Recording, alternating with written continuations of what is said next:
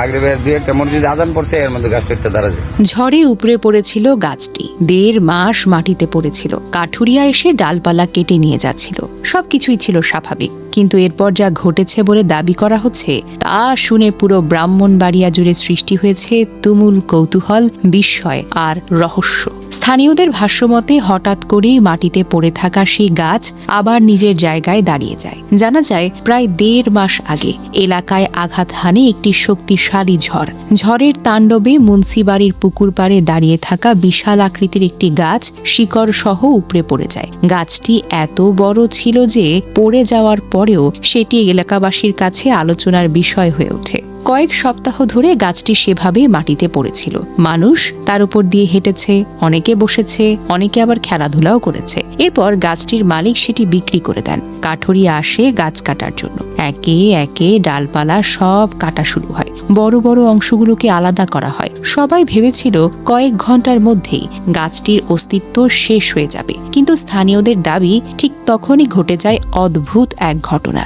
গাছের ডালপালা কেটে ফেলার পর হঠাৎ গাছের মূল অংশটি আবার সোজা হয়ে দাঁড়িয়ে যায়, যেন কোনো অদৃশ্য শক্তি দিয়ে তাকে টেনে তোলা হয়েছে। প্রথমে কেউ নিজের চোখে বিশ্বাস করতে পারেনি। চিৎকার শুরু হয় চারিদিকে, দৌড়ে আসে আশেপাশের মানুষ, আর মুহূর্তের মধ্যে খবর ছড়িয়ে পড়ে পুরো এলাকায়। বর্তমানে গাছটির যে অংশটি দাঁড়িয়ে আছে সেটির উচ্চতা প্রায় 15 ফুট। ডালপালা নেই, শুধু কাণ্ডের বড় একটি অংশ সামান্য হেলে দাঁড়িয়ে রয়েছে। গোড়ার অংশ ও শিকড় এখনো দেখা যায়। পাশেই পড়ে আছে কেটে ফেলা ডালপালা, অন্যান্য অংশ। স্থানীয় শারমিন সুলতানা দাবি করেন তিনি নিজ চোখে পুরো ঘটনা দেখেছেন। তার ভাষায়, আমি গাছটাকে ঝড়ে পড়ে থাকতে দেখেছি, যখন কাটা হচ্ছিল তখনও দেখেছি। হঠাৎ দেখি গাছটা আবার দাঁড়িয়ে গেছে। আমি তো ভয়ে চিৎকার দেই। এরপর আশেপাশের মানুষ এসে দেখে। পরিবারের সদস্য আবুল বাশার মুন্সির ভাষায়, এটি আল্লাহর কুদরত ছাড়া অন্য কিছুই নয়। অন্যদিকে গাছের মালিক মাহবুব মুন্সিও বিস্ময় প্রকাশ করে বলেন, কিভাবে এমন হয়েছে তা আল্লাহই ভালো জানে, আমি তো বুঝতে পারছি না। তবে ঘটনাটির আরেকটি দিকও রয়েছে। কাঠুরিয়া আমিন মিয়া, যিনি গাছটি কেটেছেন, তিনি বলেন, আমি নিজের হাতে গাছ কেটেছি, গাছটি সত্যিই পড়েছিল, পরে দেখি দাঁড়িয়ে গেছে। তবে আমি জিন ভূত বা অতি প্রাকৃত কিছু বিশ্বাস করি না। এখানেই শুরু হয়েছে নতুন বিতর্ক। আসলে কি কোনো অলৌকিক ঘটনা, নাকি এর পেছনে রয়েছে বিজ্ঞানের কোনো ব্যাখ্যা? কিছু পর্যবেক্ষকের ধারণা গাছটি সম্পূর্ণভাবে হয়তো শিকড় বিচ্ছিন্ন হয়নি। উপরে পড়ার সময় কিছু শিকড় হয়তো মাটির সঙ্গে সংযুক্ত ছিল।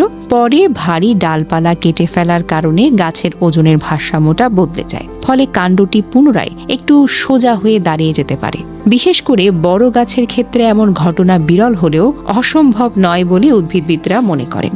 তবে এখনো পর্যন্ত কোনো বিশেষজ্ঞ সরেজমিনে গিয়ে আনুষ্ঠানিক মতামত দেননি। ফলে রহস্য তো আরো বেশি ঘনীভূত হচ্ছে।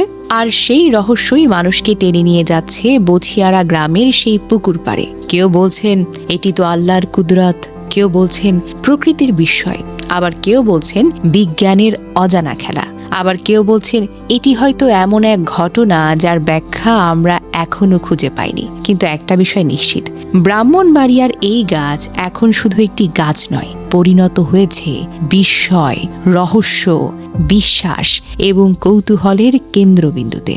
প্রতিদিন শত শত মানুষ সেখানে গিয়ে একটা প্রশ্নই করছেন, যে গাছ 1.5 মাস মাটিতে পড়েছিল সে আবার দাঁড়ায় কিভাবে? আর সেই প্রশ্নের উত্তর এখনো রহস্যের আড়ালেই রয়ে গেছে।